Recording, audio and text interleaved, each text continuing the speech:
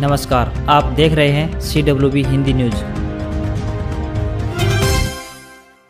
हरियाणा बिजली विनियामक आयोग के नए चेयरमैन R.K. पचनंदा की नियुक्ति को हाईकोर्ट में चुनौती दे दी गई है। शुक्रवार को हाईकोर्ट के चीफ जस्टिस रविशंकर झा व जस्टिस सुवीर सहगल की बेंच ने मामले की सुनवाई 27 जुलाई तक स्थगित कर दी है। पश्चिम बंगाल कैडर के IPS पूर्व DGP पचनंदा हरियाणा लोक सेवा आयोग के चेयरमैन रहे हैं। चेयरमैन पद पर कार्यकाल पूरा होते ही उन्हें गुपचुप तरीके से हरियाणा बिजली विनियामक आयोग का चेयरमैन बनाकर शपथ दिला दी गई। इस पद पर पहले मुख्यमंत्री मनोहर लाल के chief principal secretary DS Dhesi कार्यरत थे। उनके CMO में जाने के बाद बिजली विनियामक आयोग के चेयरमैन का पद खाली हुआ था।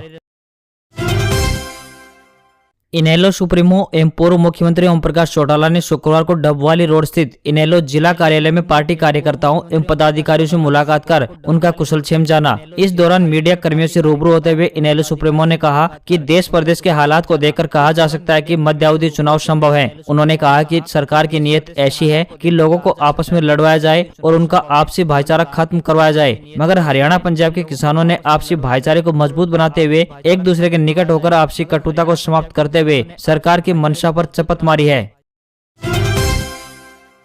शिक्षा में अव्वल रहने वाले विद्यार्थियों को आर्थिक सहायता पहुंचाने के लिए प्रदेश में पहली से 8वीं कक्षा के बच्चों को छात्रवृत्ति दी जाएगी। अनुसूचित जाति के पहली से 8वीं कक्षा के विद्यार्थियों को कैश अवार्ड के रूप में छात्रवृत्ति मिलेगी। 6ठी से 8वीं कक्षा में प्रथम स्थान पर रहने वाले प्रत्येक स्कूल के एक छात्र व एक छात्रा को शिक्षा प्रोत्साहन के रूप में उत्कृष्टता छात्रवृत्ति दी जाएगी। पहली कक्षा के छात्रों को 740 रुपए प्रति विद्यार्थी, तो वहीं दूसरी कक्षा के 750 रुपए प्रति विद्यार्थी, तीसरी कक्षा में 960, चौथी कक्षा 970, पांचवी कक्षा 980 व इसी तरह 6ठी से 8वीं कक्षा तक के प्रत्येक विद्यार्थी को 1250 रुपए प्रति विद्यार्थी छात्रवृत्ति मिलेगी। हरियाणा सरकार ने प्रदेश के गवर्नमेंट मॉडल संस्कृति सीनियर सेकेंडरी स्कूलों में अंग्रेजी बोलने में निपुण सरकारी PGT अध्यापकों को नियुक्ति करने का निर्णय लिया है। इन अध्यापकों को डेपुटेशन पर लिया जाएगा। प्रदेश के सरकारी स्कूलों में कार्यरत उन PGT अध्यापकों से 25 फरवरी 2021 तक ऑनलाइन आवेदन आमंत्रित किए हैं जो गवर्नमेंट मॉडल संस्कृति सीनियर सेकेंडरी स्कूलों में नियुक्त होना चाहते हैं। इन स्कूलों में CBSE का पाठ्यक्रम पढ़ाया जाएगा तथा हिंदी, संस्कृत व पंजाबी आदि भाषाई विषयों को छोड़कर अन्य विषय अंग्रेजी माध्यम में पढ़ाए जाएंगे। सेना भर्ती के लिए जिन युवाओं ने आवेदन किया था उनका प्रवेश पत्र उनकी मेल ID पर डाल दिया जाएगा। इसके बाद सभी उम्मीदवार प्रवेश पत्र दी हुई तारीख व समय पर हिसार मिलिट्री स्टेशन में भर्ती प्रक्रिया के लिए रिपोर्ट करें। यह खुली भर्ती 14 मार्च से 5 अप्रैल 2021 तक मिलिट्री स्टेशन हिसार होगी। इससे पहले यह भर्ती 1 से 12 मार्च तक राव तुलाराम स्टेडियम रेवाड़ी में होनी थी। अब यह भर्ती हिसार में होगी। इस संबंध में अधिक जानकारी के लिए उम्मीदवार jointindianarmy.nic.in वेबसाइट पर भर्ती कार्यालय द्वारा जारी नोटिफिकेशन देख सकते हैं।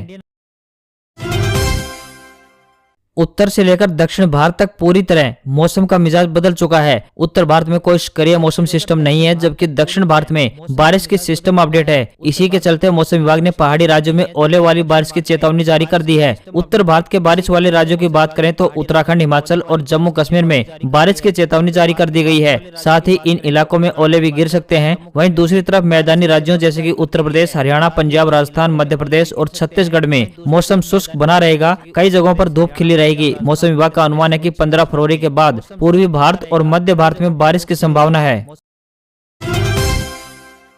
राज्य के स्कूलों में 8वीं से 12वीं कक्षा में पढ़ाई करने वाले 8,06,000 विद्यार्थियों को टैब दिए जाएंगे। नया शैक्षणिक सत्र शुरू होने से पहले जिला मुख्यालयों पर टैब पहुंचने के बाद अधिकारी कर रहे हैं। इन टैब में विद्यार्थी पाठ्य सामग्री के अलावा कोई भी दूसरा सॉफ्टवेयर डाउनलोड नहीं कर पाएंगे। इनमें कंपनी ऐसी व्यवस्था करके देगी कि चाहकर भी कोई विद्यार्थी दूसरा सॉफ्टवेयर या वीडियो गेम डाउनलोड न कर पाए। सभी विद्यार्थियों को मुफ्त में टैब दिए जाएंगे। 8वीं से 10वीं कक्षा में पढ़ने वाले विद्यार्थियों को 8 इंच व 11वीं से 12वीं कक्षा तक के विद्यार्थियों को 10 इंच स्क्रीन वाला टैब दिया जाएगा। टैब छात्रों को पुस्तकालय की किताबों की तरह जारी किए जाएंगे, जिन्हें 10वीं व 12वीं की परीक्षा के बाद लौटाना होगा।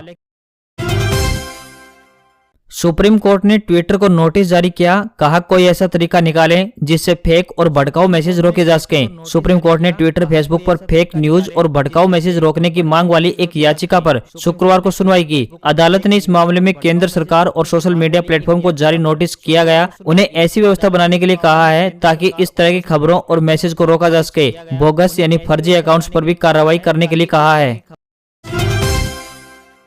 देश में कोरोना के नए केस और मौत में तेजी से गिरावट जारी है। अच्छी खबर यह है कि देश के 741 जिलों में से 622 जिले ऐसे हैं जहां पिछले 7 दिन से संक्रमण से होने वाली कोई मौत दर्ज नहीं की गई है। इन 7 दिनों में होने वाली सबसे ज्यादा मौतें महाराष्ट्र, केरल और कर्नाटक के 10 जिलों से दर्ज हुई है। आंकड़ों के अनुसार पिछले 7 दिनों के अंदर देश भर में कोरोना से 527 लोगों की मौत हुई है। इनमें करीब 425 मौतें महाराष्ट्र, केरल और कर्नाटक में हुई है। इनमें भी महाराष्ट्र के मुंबई, पुणे, नागपुर, ठाणे, केरल के तिरुवनंतपुरम, एर्नाकुलम, कोझिकोड, कोल्लम और कर्नाटक के बेंगलुरु में सबसे ज्यादा लोगों ने जान गंवाई है।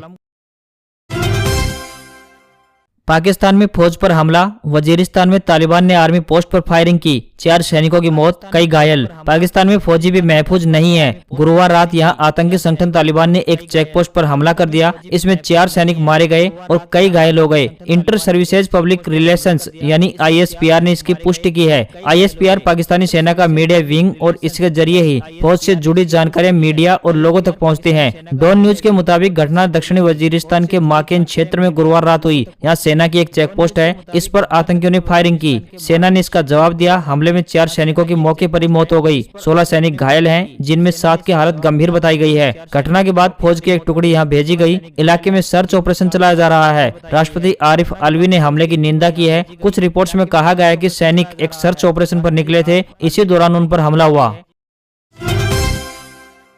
ईरान की राजधानी तेहरान, तारीख और वक्त 27 नवंबर 2020 शाम करीब 6 बजे हाई सिक्योरिटी जोन से 5 ब्लैक गाड़ियां गुजरती हैं। अचानक एक गाड़ी पर हैवी फायरिंग होती है। कुछ ही पल में एक कार में बैठा बुजुर्ग एक तरफ लुढ़क जाता है। काफिले की गाड़ियां रुकती हैं। इसी वक्त कुछ दूरी पर मौजूद एक पिकअप वैन में धमाका होता है। धूल और धुआं जब छटता है तब पता लगता है कि ईरान के सबसे बड़े न्यूक्लियर साइंटिस्ट मोहसिन फखरीजादेह मारे जा चुके हैं। तमाम सवाल उठते हैं, मोहसिन को किसने और क्यों मारा? इससे भी बड़ा सवाल, मोहसिन की हत्या को कैसे अंजाम दिया गया? ईरानी जांच एजेंसियां शक तो इजराइल और अमेरिका पर करती रही, लेकिन सबूतों के नाम पर उनके हाथ आज भी खाली हैं। अब इजराइल के ही एक अखबार जेविस क्रॉनिकल ने मोसाद के इस ऑपरेशन का खुलासा किया है। उसने अपनी सोशल रिपोर्ट में वो तमाम राजफाश किए हैं जिसका पता ईरान आज तक नहीं लगा पाया। इजराइल, अमेरिका और अरब देश ईरान को एटमी ताकत बनते नहीं देखना चाहते। इजराइल के टारगेट पर ईरानी न्यूक्लियर साइंटिस्ट पहले भी रहे हैं। कुछ करीब करीब इसी अंदाज में मारे भी गए। बहरहाल इजरायली अखबार की रिपोर्ट बताती है कि ऑपरेशन को इजरायली खुफिया एजेंसी मोसाद ने अंजाम दिया। इसमें उसके कुछ ईरानी एजेंट्स भी शामिल थे। कुल मिलाकर 20 एजेंट ने यह मिशन पूरा किया। आत्मनिर्भरता की ओर बढ़ते कदम, देश का पहला CNG ट्रैक्टर लॉन्च, दावा डीजल के मुकाबले सालाना 1.5 लाख बचेंगे। केंद्रीय मंत्री नितिन गडकरी ने देश के पहले CNG ट्रैक्टर को लॉन्च किया। यह एक पुराने डीजल ट्रैक्टर था जिसे CNG में बदला गया है। ट्रैक्टर को रोमेट टेक्नो सॉल्यूशन और टोमासेटो एकाइल इंडिया ने मिलकर डेवलप किया है। दावा किया जा रहा है कि इस ट्रैक्टर के इस्तेमाल से किसान ईंधन लागत पर सालाना लगभग 1.5 लाख रुपए तक की बचत कर सकेंगे। फिलहाल इसके खर्च के बारे में कोई ऐलान नहीं किया गया है। गडकरी ने कहा है कि हमारे विभाग ने CNG ट्रैक्टर के स्टैंडर्ड निश्चित किए हैं। इसका सर्टिफिकेशन हुआ है। इसके बाद देश का कोई भी मैन्युफैक्चरर उस स्टैंडर्ड का इस्तेमाल करके ट्रैक्टर बना सकता है और मार्केट में ला सकता है। CNG ट्रैक्टर से सीधे 55% तक की बचत होगी, यानी 3.5 लाख रुपए तक के खर्चे में 1.5 लाख रुपए तक की बचत होगी।